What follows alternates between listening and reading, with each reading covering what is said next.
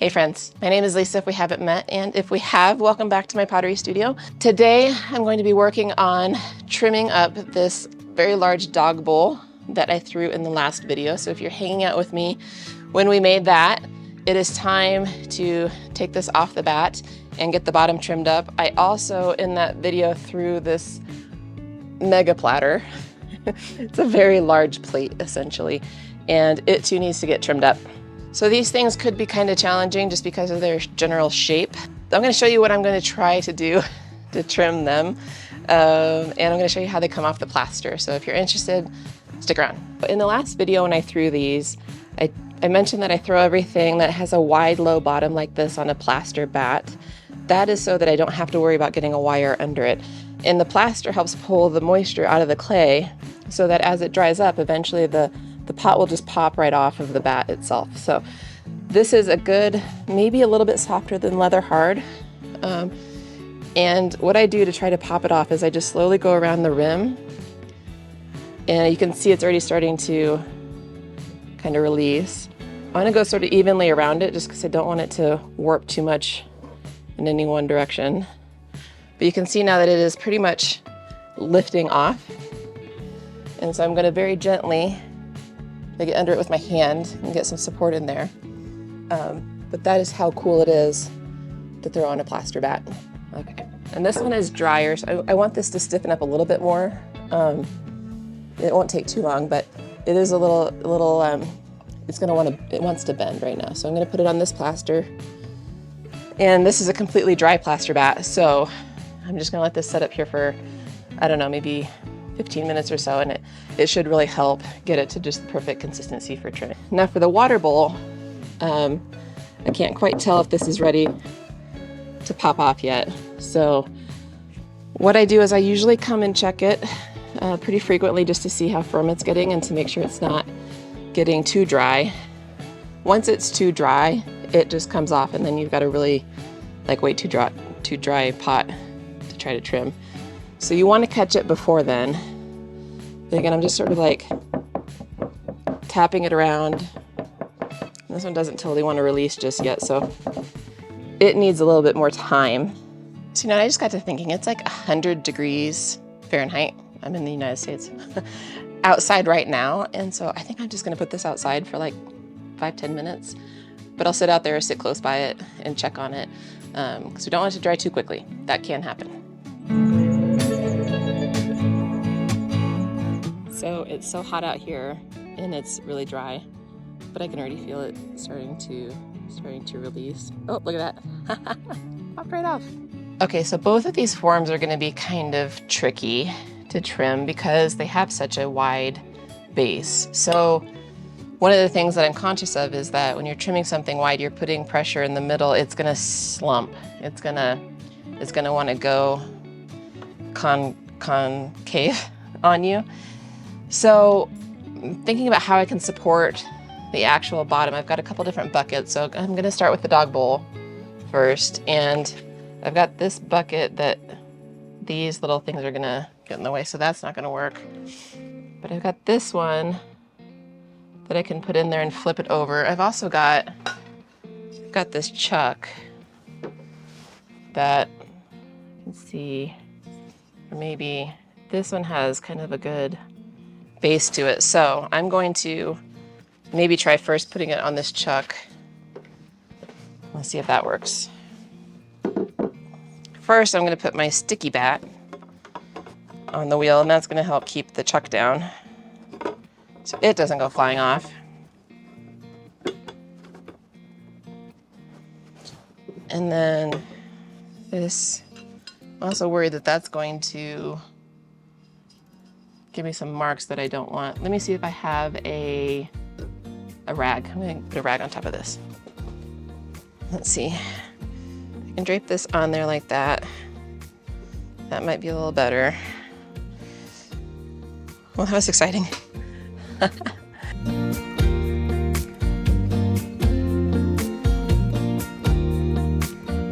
So one thing you can do is just hold one finger out steady. When the base of your pot touches it, you know it's a little bit too far, and so you can just kind of move it slightly over. And then when it's pretty much consistent on each rotation, you're probably good enough. So if you can see right here, it's pretty consistent each revolution. So I'm going to stick with that. Now it's a little precarious. I'm going to use my Sureform. This is one of my favorite trimming tools. You can get these in the hardware store. I'm not sure what section to find them in. I also have them linked below because I usually order a couple on Amazon every year. But this is a nice way to even out and kind of gracefully take off. I'm putting a little bit of pressure down in the middle here, but not a ton.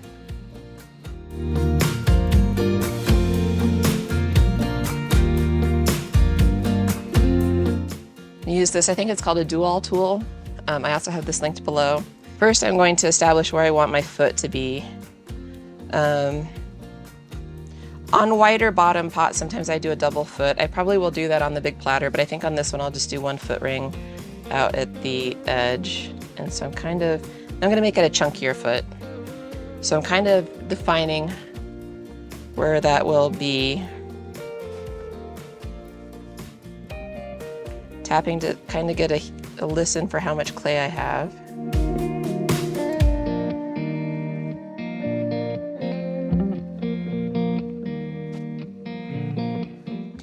Just going slowly and gently. There's a couple things I don't want to happen. I don't want the pot to go flying off my little chuck system here. And I don't want to gouge it with my trimming tool either.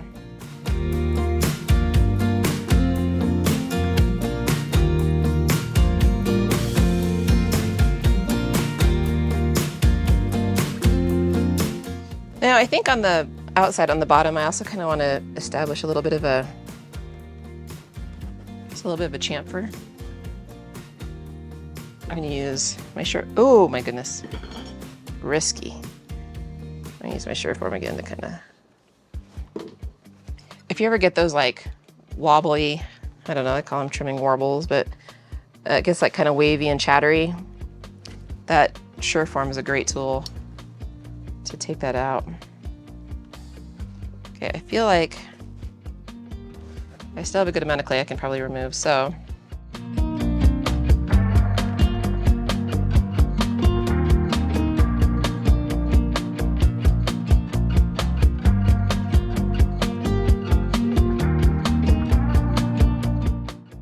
I really just want to have enough of a foot ring here so that, you know, when you're holding the dog bowl full of water, you've got something for your fingers to get under, you know?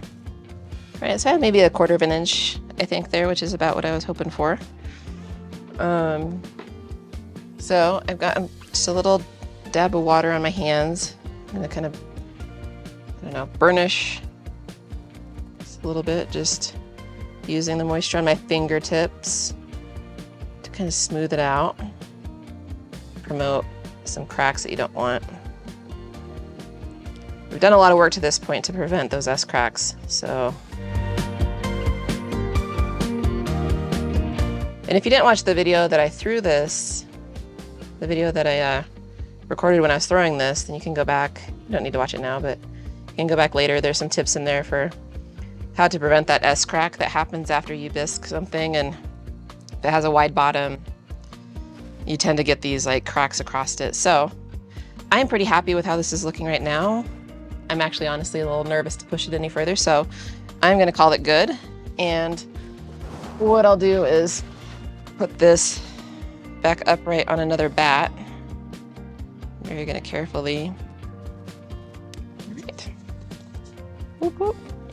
I did get a little bit of a little texture from that towel on the inside. I'm just gonna clean that up, go over my rim a little bit here, and I think it's good to go.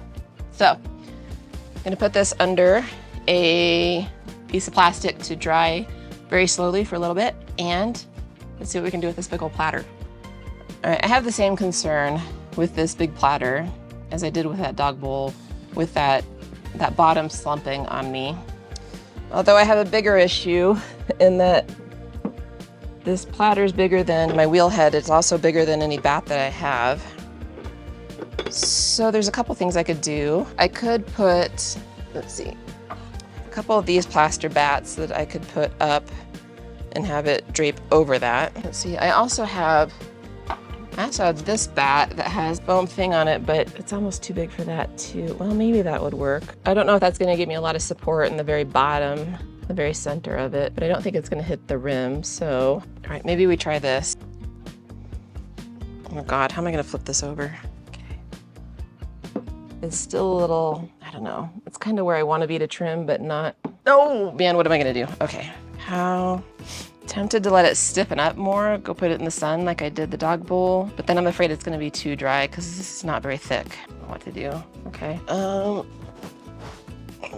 Oh, that's not gonna work.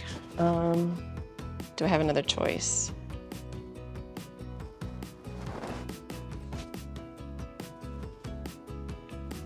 God, I'm scared. Oh, it's moving. Okay. Gotta get it over. Gotta get it. I think I'm just gonna have to do it. Ah, scary, scary, scary, scary, scary, scary, scary. Oh, it did. Oh, something. Will this work? I'm not loving that, but I'm not sure what other options I have. I need to see if there's like an extra large bat out there. No, we're just gonna make the most of it, so.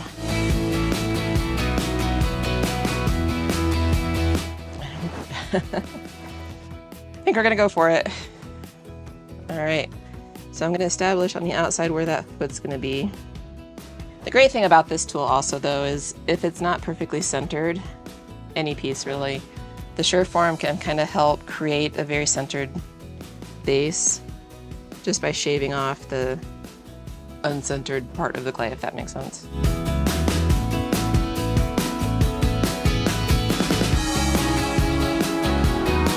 I am gonna do 2 foot rings, so one on the outside and one kind of in the middle. So that way when this fires, when the clay gets a little softer in the kiln and it might slump down a little bit, it's not gonna have the middle of this touching the kiln shelf and ultimately your table. So I'm going to establish where that first foot ring will be, right about here.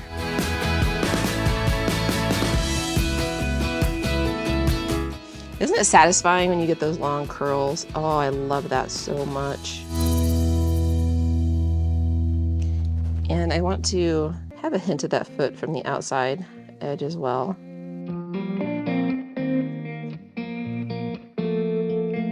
When we were younger, we used to sit on the grass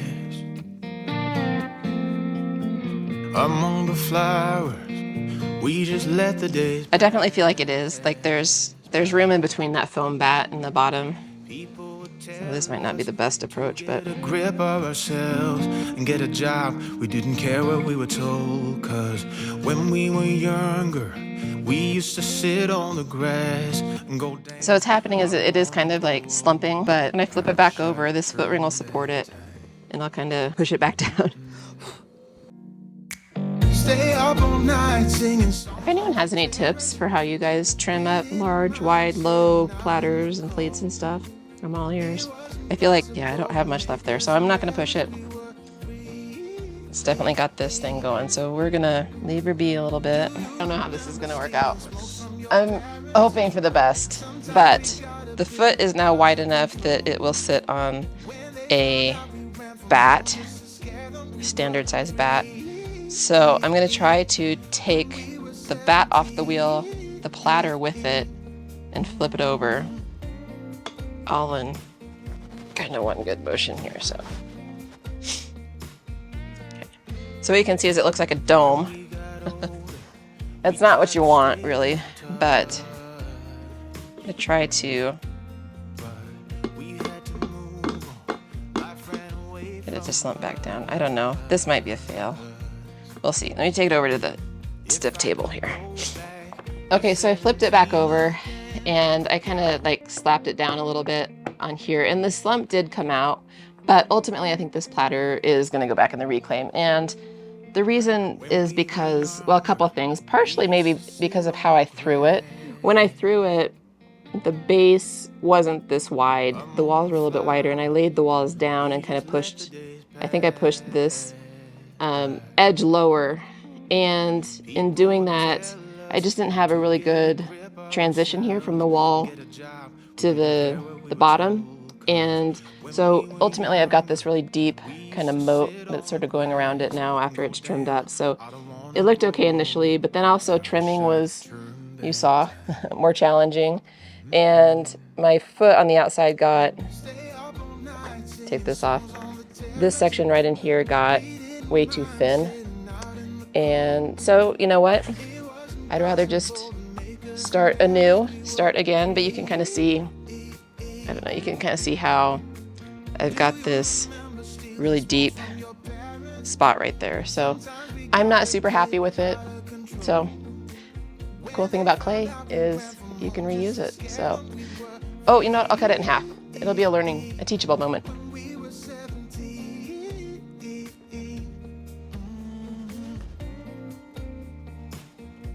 Okay. So you see, as soon as I cut that in half, that's separating. So that's not what you want. I actually had plenty of clay in the bottom. I could have trimmed away a good bit more, but this transition, no bueno. So we'll make another one. No big deal. All right, well, I guess it's a pretty short video for today. I can't throw anything more right now because I have to go to a conference all next week for work. So I won't be here and be able to trim them. So I'm just gonna hold off. I'm gonna go ahead and clean up the studio. And I'm super happy though, because we got a very, very lovely water bowl for Miss Ellie. I'm definitely psyched with how this came out, and we had a good learning experience on the platter. What can you do?